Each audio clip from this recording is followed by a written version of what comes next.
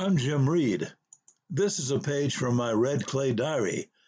It's all about life, actually. This is called Cold Case.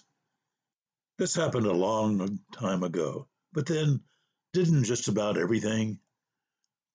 What if the creator of the universe got claustrophobia and suddenly and inexplicably the universe simply wasn't roomy enough? And what if said creator had once realized that by its very definition, the universe was everything it could ever be and as big as it could ever get? And what if the creator had to really start thinking about whether infinite power and wisdom were infinite and powerful only within the universe's own boundaries and rules? Well, that's the kind of thinking you do when you are hermetically sealed inside a cold case containing you alone. A windowless, unfriendly, metallic, air-conditioned coffin. A coffin so snug that your arms, folded across your chest, press against the sides of the coffin and allow you no wiggle room. The faceless people who placed you inside this cold and dry coffin have warned you not to move a muscle, because if you move a muscle, you must stay inside the coffin twice as long. Twice as long as eternity is about as perplexing as the idea of a creator getting claustrophobia and not being able to do anything about it without breaking finely tailored rules. In order to survive this icy coffin for eternity, you have to figure out what to do with your mind, because it is your mind that won't leave you alone. It is your mind that keeps reminding you that you're unique among heavy breathing animals, only because you can imagine what is not, and can rethink your own death 1,000 times a minute before it ever occurs, thus making your own death potentially anticlimactic because of all that dress rehearsing your mind has been doing for so long.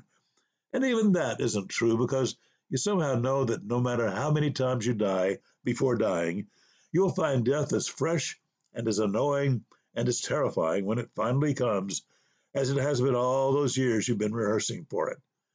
So you try to use your pesky brain against itself. That is, you try to get it to think about pleasant things you dream up, since your mind insists on thinking nonstop anyhow.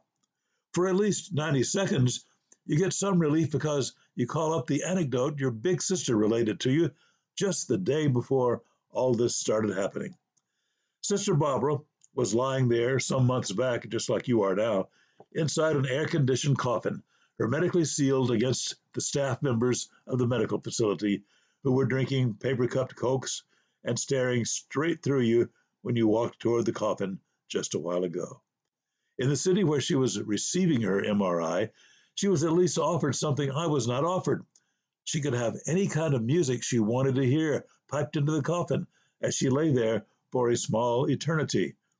She elected her kind of music, and lo and behold, just as she was preparing herself for the 1,000 deaths of isolation, just as she was trying to adjust to the idea of being cut off from her entire outside life, the song Ghost Riders in the Sky started playing, and she started giggling, and a stern, disembodied voice told her through a cold speaker that she must try to contain herself.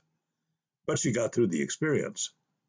I could only pretend I was hearing Ghost Riders in the Sky, since the people outside my particular coffin were making no noise at all, and here I was with no Ghost Riders and trying mightily not to cough for fear of being punished with a longer stay inside the coldest case I've never imagined.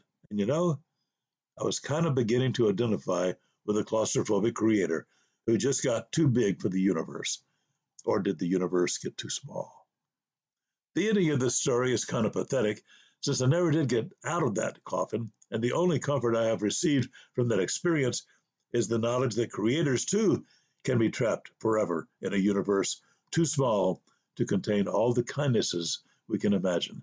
Too small because in between the kindnesses is the detritus of the universe, the bad stuff.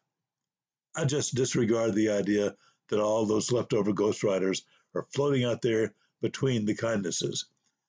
All this is just fine, so long as the kindnesses distract us from that other stuff.